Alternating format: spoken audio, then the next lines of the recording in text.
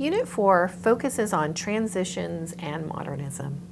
In this unit, we will be entering the era of modernism, which follows realism. And as we move through these works, we'll be attentive to three questions. First, how and why did these writers see the world differently from writers in the earlier period and century? We might call this a thematic approach to understanding modernism. Second, how and why did these writers choose their images and their narrative and poetic forms? And this we might label a formalistic approach. And third, how does gender, ethnicity, race, or class influence the writing? In particular, we'll look at how pluralism, both within American culture and as it derives from an international influence, emerge as a determining factor and a consequence of modern literature. This we might label a social and historical approach. Historically, the onset of World War I is a major influence during this period. This is the first overseas war fought by Americans, and over 37 million people died in this war. The literary and artistic outpouring about this catastrophe was enormous, but it was also a crisis about the value of civilization in general, a civilization that could fall in such mayhem. The introduction to Volume D of our anthology suggests that we might view modernism as a way of engaging with this moment in history. Writers began to experiment in order to find a voice capable of representing the era of World War I. Defining modernism is a somewhat difficult task, but I think we can manage. Basically, modernism is a cultural movement or period style that was dominant in the arts internationally between the first years of the 20th century and the beginning of World War II. A more comprehensive definition refers to its stylistic innovations, and these include, and you should look for these in these works, fragmentation, disruption of traditional syntax and form, a mixing together of high culture and popular culture, formal and informal diction, and a willingness to risk incoherence and experimentation in order to challenge the audience's preconceived notions of value and order. So we'll see a lot of experimentation. Behind these stylistic innovations are certain ideas, and these ideas are modernism rests on the belief that the artist is generally less appreciated but more sensitive than the average person. By trusting in the power of art to save us from the deadening features of everyday life, especially the desensitizing elements in urban industrial society, the artist both challenges tradition and reinvigorates it. Another assumption is that new styles of writing are necessary to express new ideas and values, and not just to annoy us, because I'm going to promise you, you'll be bothered by some of these experiments. And modernism also creates the tradition of the new. And one of the sayings, and this is by Ezra Pound, is make it new. All of this means a strong commitment to breaking away from both patterned responses and predictable forms. Modernists defended experimentation because they believed it would keep art from turning into something stale. This idea is echoed in Faulkner's A Rose for Emily, which draws from the traditional particularly it draws from regionalism, and we're going to look at this later. Miss Emily and the townsfolk uphold tradition for tradition's sake, not because of inherent values, and this leads to stagnation, which is symbolized by necrophilia. Modernism shocks and surprises because it has to. It uses disruptive techniques to penetrate any and all the beliefs that keep us from knowing our true selves and our true values. Edgar Lee Masters' Spoon River anthology doesn't seem terribly experimental in terms of technique. And so in that way, it doesn't seem like it really fits modernism. These poems represent a transition from the local color regionalism of the late 19th century to the modernism of the early 20th century. Masters depicts the daily lives of ordinary people from a particular region, and here in this collection, it's the Midwest. And in this way, he's similar to those earlier local color writers. But he also adds in themes that are central to modernism: a sense of isolation, alienation, and despair. These themes make his work akin to the stories and poems of high modernists. Spoon River Anthology is a collection of more than 200 poems about the deceased residents of the fictional Midwestern town of Spoon River, and we only get 5 of those poems. They read like epitaphs of people from the small town, and we learn that all of them took to their grave secrets of suffering and loss. There are alcoholics, women whose lives are stunted by marriage and childbirth, and even a hoarder. Only one of the 5 poems published in our anthology offers a positive message. Despite the difficulties encountered in life, Lucinda Matlock, in the poem titled with her name, wasn't bowed down by those difficulties. Hers was a life of activity and of making. She tells us, "I spun, I wove, I kept the house, I nursed the sick. I made the garden, and for holiday, rambled over the fields where sang the larks. And by Spoon River gathering many a shell and many a flower and medicinal weed, shouting to the wooded hills, singing to the green valley." She tells us in the end, it takes life to love life. She seems to uphold the idea that life is what you make it, an idea we are going to hear echoed in the poems of Robert Frost and William Carlos Williams. In the Robert Frost poems that we've read, you see this emphasis on making or creating as a response to the difficulties of life. Life, like Masters, Frost retains elements of realism, but his work too evokes a sense of place, New England in particular, although the poet himself was born in California. And since I'm from California, I always like to point that out about Robert Frost. But we also see that the concept of modernism itself is contained and articulated in his work. The last 2 lines of The Oven Bird, for example, which is a poem that most students don't usually encounter until college, these lines state, "The question that the bird frames in all but words is what to make of a diminished thing." Both poet and bird ask questions that express the central modernist theme. How do we confront a world in which reality is subject to agreement or lacks total referentiality? How do we express the experience of fragmentation in personal and political life? How do we live with the increasing awareness of our own mortality?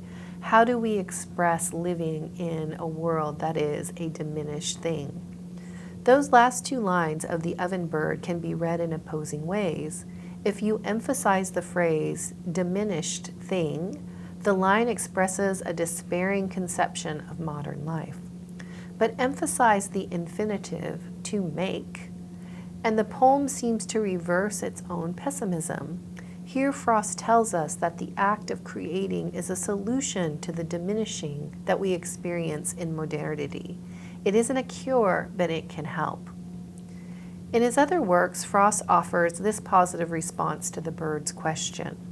In the figure a poem makes, he defines the act of writing poetry as, quote, "a momentary stay against confusion." And this is a quotation that you're going to want to hang on to because it's a very modernist idea.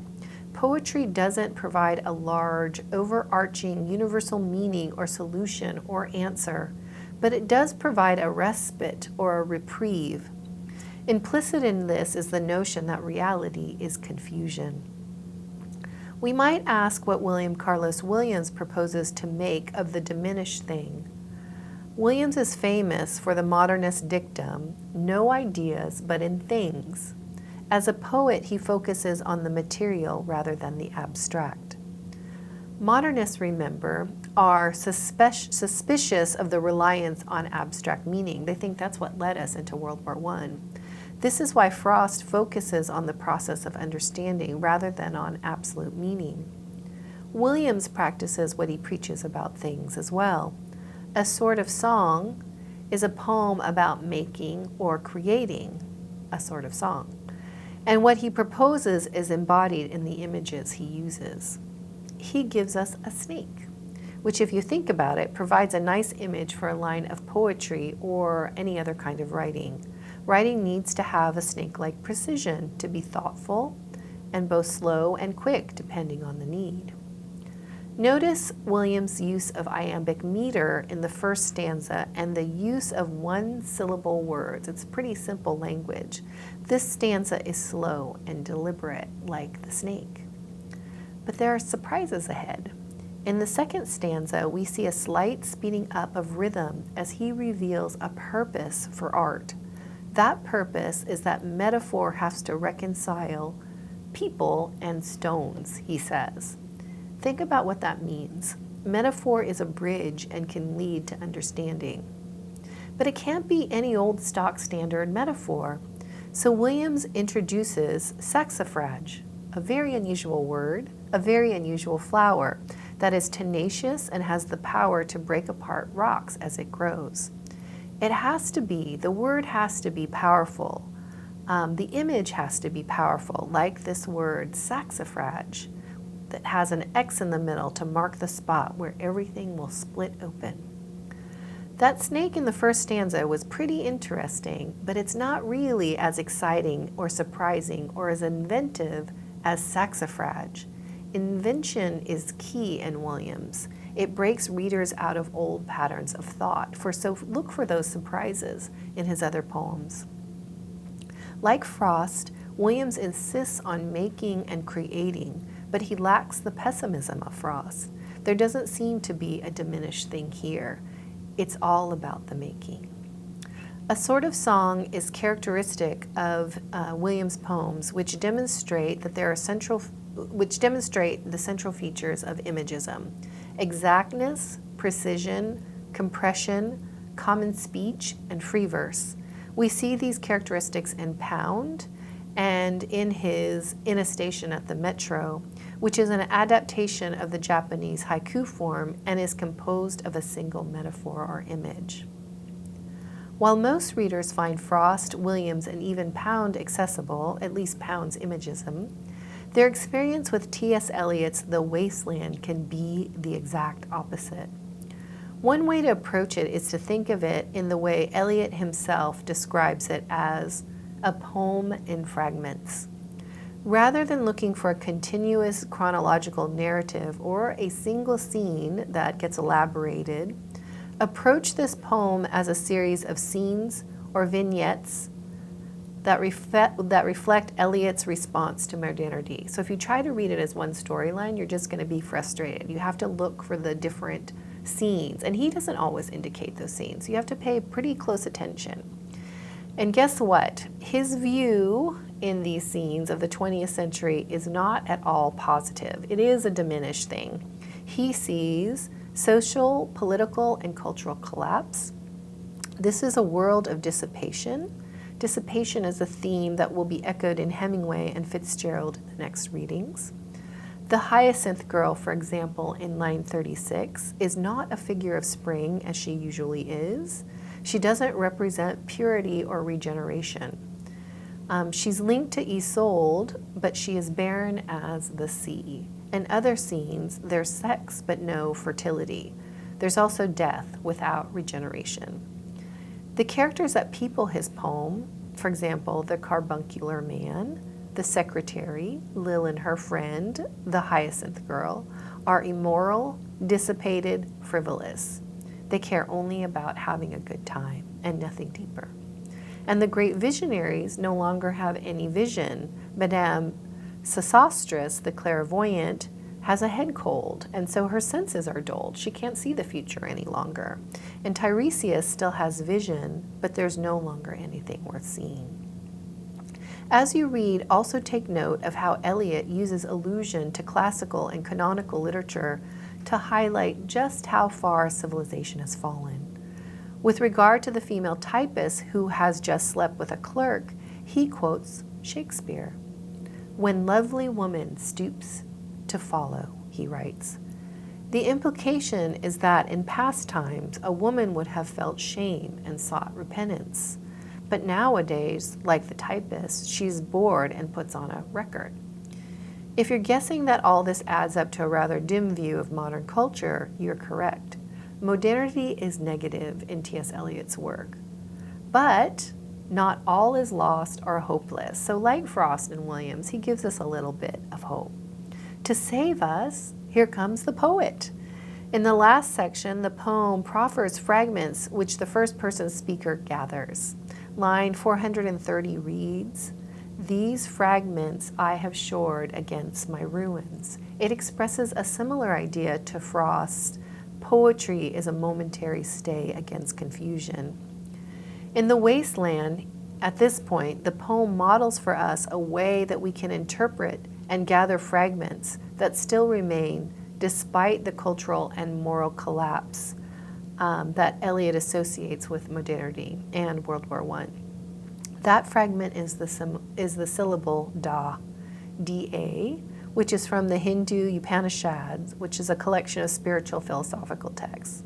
Furthermore, from this small sound derives three meanings: to give, to sympathize, and to control.